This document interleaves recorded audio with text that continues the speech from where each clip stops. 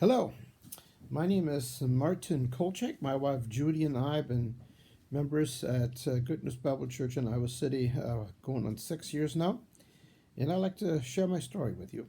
I was born in 1951 in Berlin, Germany. That was before the Iron Curtain, of course. My early years, upbringing, remember somewhat tough times, uh, living in an old apartment building on the third floor. We didn't have a refrigerator, we had an ice box, and Mondays and Thursdays came the Iceman and delivering with a horse-drawn unit to bring the ice blocks to people. And I remember the highlight of the day on those 2 days was when the Iceman came and we went down the 3 stories. That'd be 6 flights of steps. He had a bucket of icicles on the side on that truck, and he dipped it in some syrup, and that was my treat for the day on Mondays and Thursdays. Um, Going to grade school and then to high school, I had a knack for tools and woodworking that was discovered early on. I was also born into an ultra conservative Catholic family. We went to church regularly, and I basically jumped through all the hoops the Catholic Church puts up. Went to confession and confirmation. I was an altar boy, a lector, a communion helper. My grade school was right across the street from the church, so I served the priest even at 7 o'clock in the morning for every day, not every day, but many times for his daily masses. I helped bury and marry more people than he can shake a stick at. It was a little side income that certainly helped. And the choir director of my church had a furniture shop. So in my senior year, I did an internship, and yeah, woodworking was for me. So I signed a 3-year contract to do my journeyman training and did 2 years post grad work and specialized in inlay, carving, turning, finishing, architecture, and how to design. But that in the 60s, of course, the Iron Curtain went up, and that totally changed our lives. I basically only got out of town once a year for 2 weeks when my dad had vacation. And of course, if you had to drive from West Berlin to West Germany, because Berlin was in the middle of East Germany, you had to go through checkpoints, and they took your car apart. So basically, one wrong word, and that could keep you for 24 hours. So I really had this, up to here. And one of the hobbies that I picked up, because I worked for the furniture shop that I learned at in monasteries, where my boss had good connections with the Catholic Church, and I got to meet all kinds of different brothers, Franciscans and Jesuits. And one of the Jesuits was a ham operator, amateur radio operator, and that's where I picked up my knack for amateur radio, and I've been doing this now since 1966. But because of that Iron Curtain business, and really, I almost joined a monastery as a monk because they wanted a resident furniture maker. But the Lord took me out of that, and this is how that took place. Through the ham radio thing, I met another fellow on the air, and he wanted to go to Canada, to the Northwest Territory, and make a documentary of the wildlife and the Indians, and he invited me to go with him. So I did on January 13 in 1973. I left my home. I'm the only child. And my dad said to my mom, she told me that later, said when he leaves, he'll never come back. He was right. So we went from Berlin to Amsterdam to Yellowknife in the Northwest Territory, and then to a small town on the Great Slave Lake named Fort Smith. I started to go to the Hudson Bay Company to get provisions, and the head of the game department was a German immigrant too, so we were able to speak in German. My English was lousy because I was too lazy to learn it. I just uh, got a a passing grade, and that was it. Uh, he sent us to the Hudson Bay Company to get provisions, including firearms. I never even had a pocket knife in my life before, but there's a steep learning curve. So we went out on the trap line for a while with a barrel stove and a thick walled tent in 60 below outside, and lived on the land. Just mind you, I lived a year off the grid. No phone, no internet, no nothing. You can do it. You can really can. Young people think they can't exist without that, but I got news. You can. Uh, Went from the Northwest Territory, um, traveled to the Yukon. That's west. Took the Alaska Highway up to southern Alaska, back down to Seattle, Washington, entered the United States, got a visa to come in, and drove the 101, the most western highway of the United States, all the way to Tijuana, Mexico. Into Central America, we were going to go to South America, but there was trouble in Honduras, so we turned back into Brownsville, Texas, to Dallas, to New Orleans, and went straight north again. Wanted to have another winter in the bush in Saskatchewan, Canada. Came to Iowa. Iowa. Never heard of the place. And never heard of the Amana colonies. Oh, yeah, it's that place where people yodel and have the lederhosen and the beer and the brats. Man, we fit right into this thing. When they found out that I'm a custom furniture maker, they offered me a job in the Amana Furniture Shop, and I accepted. And they got me my immigration papers to stay, got my green card, and I worked there for 17 years. Met my wife in the Amanas, my wife Judy. We have 2 children. They're grown now and 6 grandchildren. And I left my beliefs of the Catholic Church back home. And in those days, if you ordered a piece of furniture in the Amana Furniture Shop, you had to wait 3 years to get it. So they were somewhat in the pickle. So my boss came to me and he said, "Hey, we need to train some people in furniture making. Would you be willing to take one of those guys under your wings?" And I said, "Oh, okay." So here comes a young man that they had hired. And man, I took one look at him, and boy, what a scuzzball. Long, greasy hair, smelled like pot. Never used deodorant. It was a rather sorry state, and he only stuck it out for 2 weeks. Then he left. A year later, the boss came again and said, I rehired somebody, and I want you to give it another try. And here comes this young man that I hardly recognized. I mean, he was clean cut.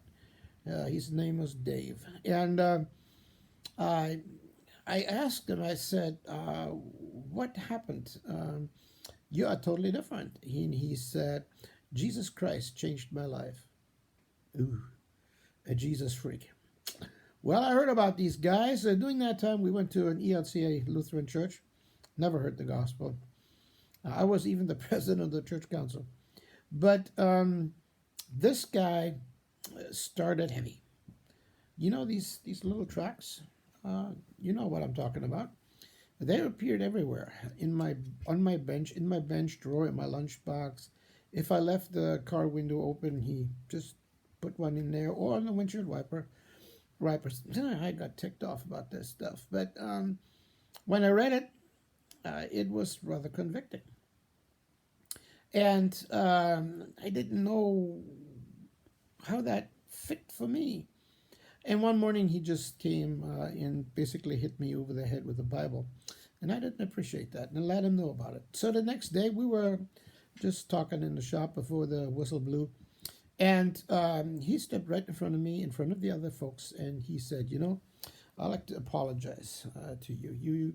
I did not handle this situation the way I should have. Would you forgive me? Oh, this was heavy. My goodness, in front of other people. And during the break time, I went over to him and talked to him, and he brought out his Bible, and he brought me some Bible verses. And no, I didn't get ticked off then. But he said tomorrow morning, I want you to listen to somebody else. Put your FM dial when you come to work to KNWS 101.9 and listen what this guy has to say about this. Was Chuck Swindoll, Insight for Living. I don't remember the Bible study at all, but he gave the gospel message at the end, coming from High Amana up to the middle Amana Hill where Amana Refrigeration is, and that's where I got saved. I even know where the fence post is to this day. From that minute on, my life completely changed. I flew into the shop. I went to Dave and I said, I think I became a Christian this morning. And he looked at me and he said, you think? And I had assurance of salvation. Got home, flew in the house, gave my wife a hug and a kiss. And she said, ooh, what is wrong with you? Did you stop at the tavern on the way home? I said, no, I became a Christian. She said, you did what? We're going to the church. We're Christians.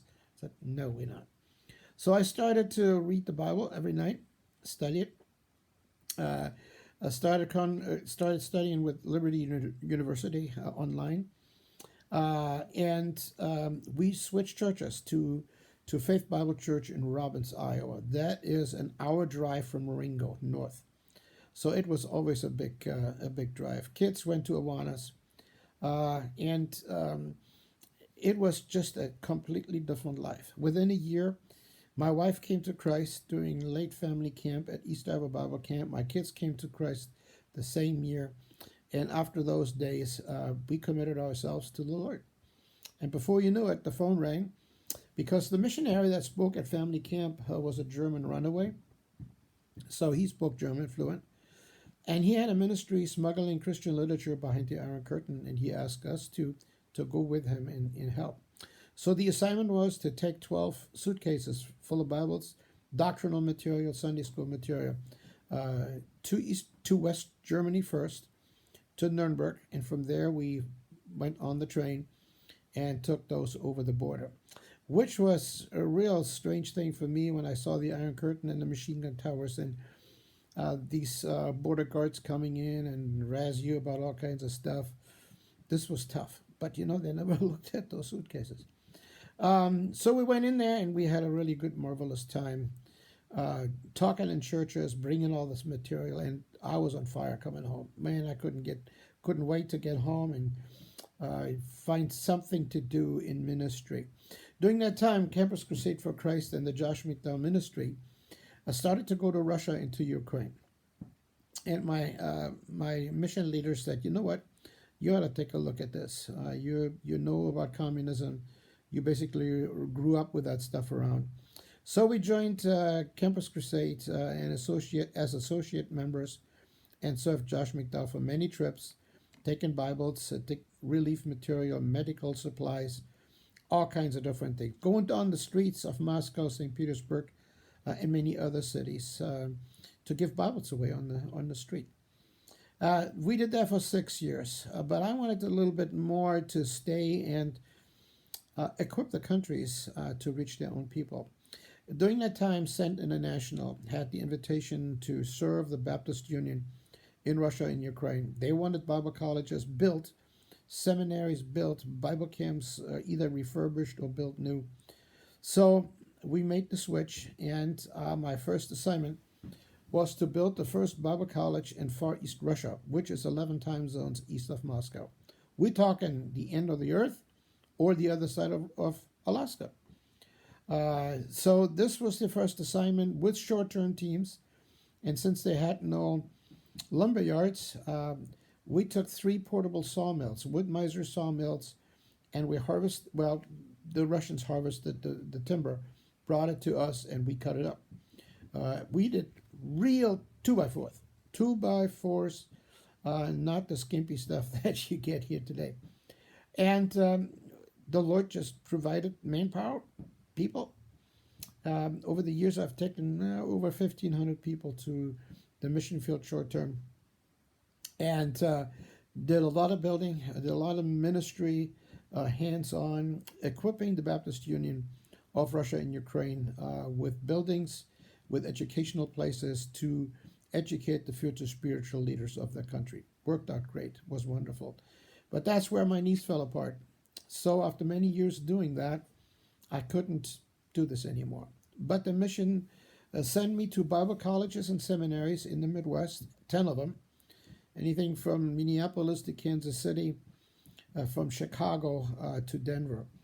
And I had the privilege to recruit new young men and women or couples to serve the Lord on the mission field. That was a very rewarding ministry for us.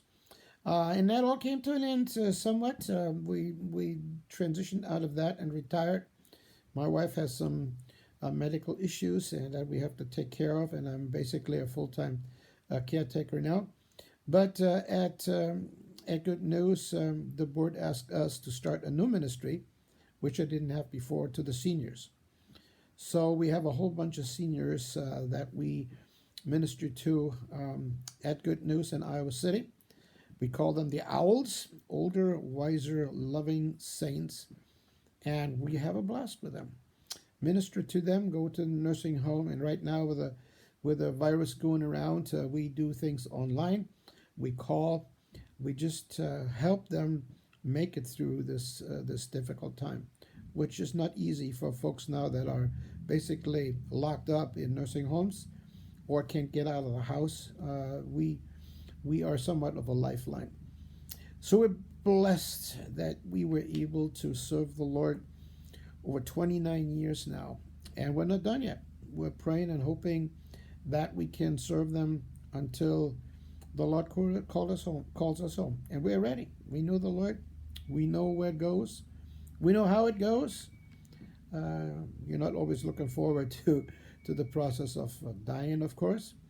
But when the Lord calls us home, He's going to make a way that it will work out. But what works out, which we know, is we are safe. We gave our hearts to the Lord, and we know where we're going to be spending eternity. And I would invite you to search the Scriptures, to be in the Word every day. Having a relationship with Christ is the thing. It's not a denomination or running the church. That comes afterwards. You're going to have a relationship with the Lord first.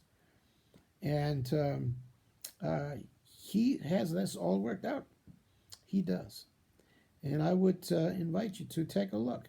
Listen to Christian radio. Go to a Bible-believing church. You will never be the same. So that's basically it. And that's our story. And I'm sticking to it. Bless you, everybody.